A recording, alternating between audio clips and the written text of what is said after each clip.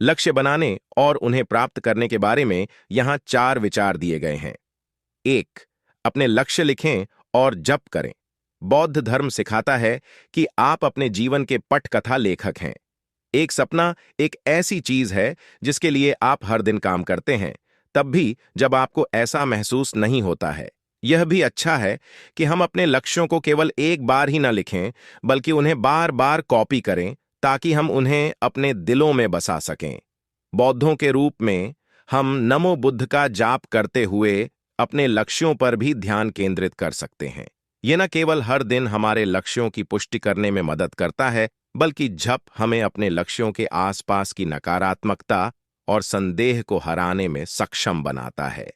Do her दिन कुछ न कुछ करें। स्वप्न और कल्पना में क्या अंतर है? एक सपना एक ऐसी चीज है जिसके लिए आप हर दिन काम करते हैं, तब भी जब आपको ऐसा महसूस नहीं होता है। माया एंजेलो की अद्भुत कविता के पीछे वे दृढ़ प्रयास हैं जिन्हें हम नहीं देखते हैं। डेली रिचुअल्स में वह अपनी लेखन दिनचर्या का वर्णन, सुबह 5 बजे उठना और हर दिन सुबह 7 बजे तक लिखना शुरू करना बताती है, तब भी जब यह बुरी तरह से चल रहा हो। कभी कभी वह इतनी कड़ी मेहनत करती है कि इससे उसके शरीर में अजीब शारीरिक प्रतिक्रियाएं होती हैं। उसके घुटने सूज जाते हैं, उसकी पीठ बाहर निकल जाती है या उसकी पलकें इस हद तक सूज जाती हैं कि वह देख नहीं पाती। बौद्ध धर्म सिखाता है कि ज्ञान और सरलता प्रयास से आती है। वह सफलता बार बार किए गए कठिन प्रयास का ही दूसरा नाम है। हालांकि इसे बनाए रखना असंभव लग सकता है, लेकिन जब हम नाम म्योहो रेंगे क्यों का जाप करते हैं और अपनी बुद्धत्व का लाभ उठाते हैं, तो हम में से प्रत्येक इसमें सक्षम होता है। 3. छोटे छोटे लक्ष्य मिलकर बड़े लक्ष्य बनाते हैं। प्रत्येक बड़े लक्ष्य के भीतर कई छोटे दैनिक लक्ष्य होते हैं। बौद्ध दार्शनिक डेसाकू इकेदा लिखते हैं, छोटी छोटी बातें मायने रखती हैं। सही हो या गलत, छोटी छोटी चीजें जमा हो जाती हैं और परिणामों में बड़ा अंतर लाती हैं। इसीलिए अपने महत्वपूर्ण भविष्य के लक्ष्यों को प्राप्त करने का सबसे अच्छा तरीका है कि आप अपनी छोटी छोटी दैनिक चुनौतियों पर सावधानीपूर्वक ध्यान दें और उनमें से प्रत्येक पर विजय प्राप्त करें।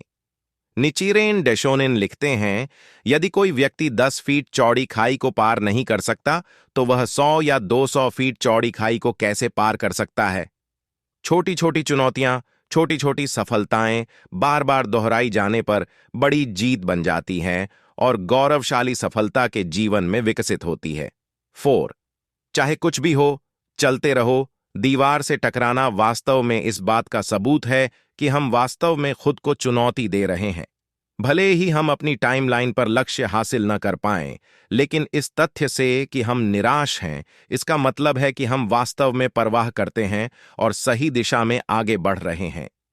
कुछ उल्लेखनीय लोग वास्तव में अपने बड़े लक्ष्यों के साथ जाने के लिए अस्वीकृति लक्ष्य निर्धारित करते हैं।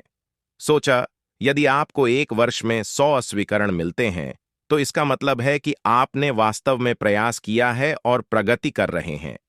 हम सबसे बुरी गलती क्या कर सकते हैं? यह त्याग करना है।